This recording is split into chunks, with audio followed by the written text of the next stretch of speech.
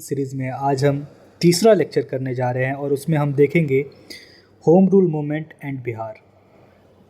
किस तरह से होम रूल मूवमेंट स्टार्ट होता है और बिहार में कौन कौन सी पर्सनैलिटीज़ हैं जो कि अपना योगदान देते हैं, वो आज हम इस लेक्चर में करेंगे। तो आगे बढ़ने से पहले हमें ये समझना पड़ेगा कि होम रूल मूवमेंट एक्चुअली कहता क्या है आखिर होम रूल मूवमेंट। ये एक तरह से सेल्फ रूल है। सेल्फ रूल किस तरीके से, देखो, जो ब्रिटिशर्स थे वो वाइट पीपल पे जो राज कर रहे थे, कॉलोनीज बनाए थे, वहाँ पे क्या एक सिस्टम कर दिया गया था। क्या सिस्टम था? वहाँ उन्होंने उनको डे टू डे एडमिनिस्ट्रेशन के लिए ऑटोनॉमी दे दी थी कि आप स्वतंत्र है अपने कार्यों के लिए, ठीक है, एडमिनिस्ट्रेटिव वर्क के लिए, लेकिन आपको आज़ादी पूर्णतः नहीं मिली है। आप सोवरेन स्टेट नहीं है, आप क्या है फिर? आप ब्रिटिश एम्पायर के ही पार्ट है। और ये जनरली वाइट पीपल जहाँ जहाँ वो कॉलोनी बनाई थी वहाँ पे इस तरह से ब्रिटिशर्स ने लागू किया हुआ था। जैसे आयरलैंड हो गया, कनाडा हो गया, इस तरह के जगहों में ये सिस्टम था। जो एनी बेसेंट जी थी वो भी आयरलैंड से ही बिलोंग करती थी। और जब इंडिया आई वो, आप जब नीचे देखोगे, ये देखो एनी बेसेंट जी, तो जब वो इंडिया आई थी वो आयरलैंड की थी। तो इंडिया वो आई थी as a theosophical society volunteer के रूप में। आगे चल के जब आप पढ़ोगे नेशनल मूवमेंट, उसमें ये सोसाइटी का नाम आएगा, वहाँ आप उसके फाउंडर का नाम देख लेना। तो वो एज ए वॉलंटियर आई थी थियोसॉफिकल सोसाइटी की। कई बार क्वेश्चन कंफ्यूज करने के लिए दे देता है कि Annie Besant was the founder of the theosophical society. वो गलत है, वो आप एक बार देख लेना, ठीक है। ये वो एक बस वॉलंटियर थी। तो जब वो आई उनके बाद क्या हुआ, टाइम के साथ उन्होंने होम रूल लीग की डिमांड को इंडिया में रखा, जो कि आयरलैंड से इंस्पायर्ड था।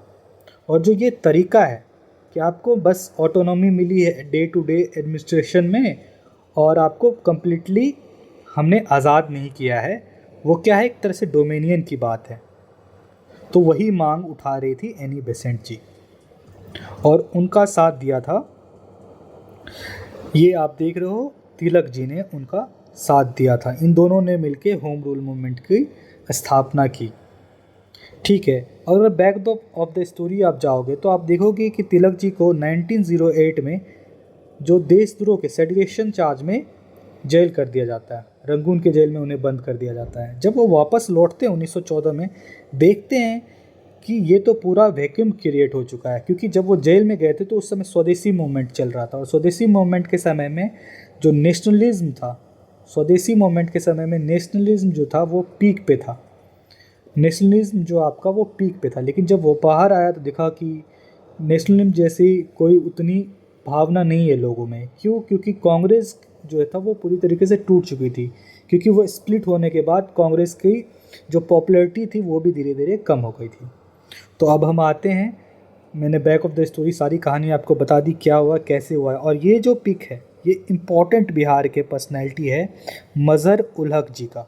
इनके नाम पे ही आपने बिहार में क्रिकेट स्टेडियम भी सुना होगा। अनफॉर्चुनेटली वहाँ पे कुछ पॉलिटिक्स के कारण क्रिकेट नहीं हो पा रही है, बट इन्हीं के नाम पे, और कई सारे इंस्टीट्यूशन भी इनके नाम पे बिहार में है।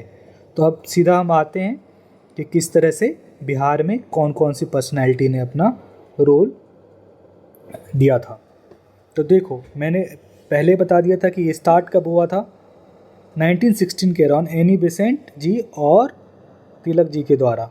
और एनी बेसेंट उस दौरान 2 बार पटना भी विज़िट की थी। कब कब विज़िट की थी? अप्रैल 1918 में, 1918 में और जुलाई 1918 में। और जो प्रोमिनेंट लीडर थे उस समय, हसन इमाम जी और सच्चिदानंद सिन्हा, उनसे उन्होंने मुलाकात की थी। तो ये क्वेश्चन की प्रोबेबिलिटी आने की कम है, लेकिन आपको ये पता होना चाहिए कि एनी बेसेंट जी ने पटना विज़िट किया था, ठीक है, वो भी 2 बार विज़िट किया था। तो जब ये होम रूल मूवमेंट का वो फाउंडेशन स्थापना हो जाती है, उसके बाद बिहार में क्या होता है, बिहार में देखो क्या होता है कि 16 दिसंबर 1916 को एक मीटिंग हेल्ड किया जाता है बांकीपुर, जो कि पटना में है, वहाँ पे। और वहाँ पे होम रूल स्टार्ट कर दिया जाता है। तो तो इसमें हमें याद रखने के लिए क्या ज़रूरत है, वो है कि उसके प्रेसिडेंट कौन थे। उनके प्रेसिडेंट थे मजहरुल उल हक जी। कौन थे? मजहर उल हक जी। इन्होंने ही, मजहर उल हक जी ने ही प्रेसिडेंटशिप प्रदान किया था होम रूल को।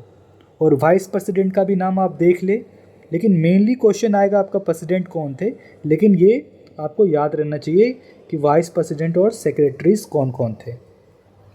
तो अगर हम वाइस प्रेसिडेंट की बात करें तो उसमें सरफराज हुसैन खान और पुरुनेंदु नारायण सिन्हा जी का नाम आपको पता होना चाहिए। और सेक्रेटरीज की बात करें तो चंद्रबंशी सहाय और बैजनाथ नारायण सिंह का नाम पता होना चाहिए। तो बिहार में होम रूल से इतनी ही चीज़ इन्फॉर्मेशन आपको ज़रूरी है आपके एग्ज़ाम पर्सपेक्टिव से, इससे ज़्यादा पढ़ने की ज़रूरत नहीं है आपको।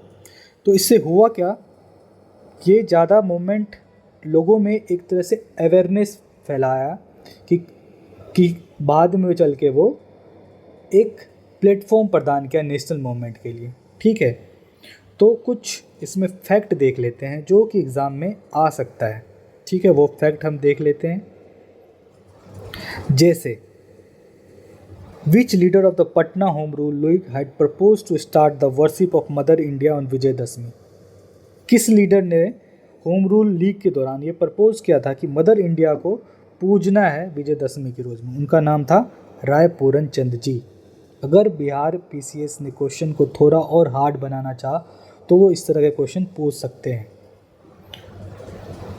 ठीक है, और ये मैंने थोड़ा बेसिक यहाँ पे आप पढ़ लोगे, वो आप जब नेशनल मूवमेंट पढ़ोगे तो वहाँ भी आप इसको देख लोगे। ठीक है, और आपको इतना बेसिक पता होगा कि होम रूल कैसे स्टार्ट हुआ, कब हुआ, ये सब आपको पता है।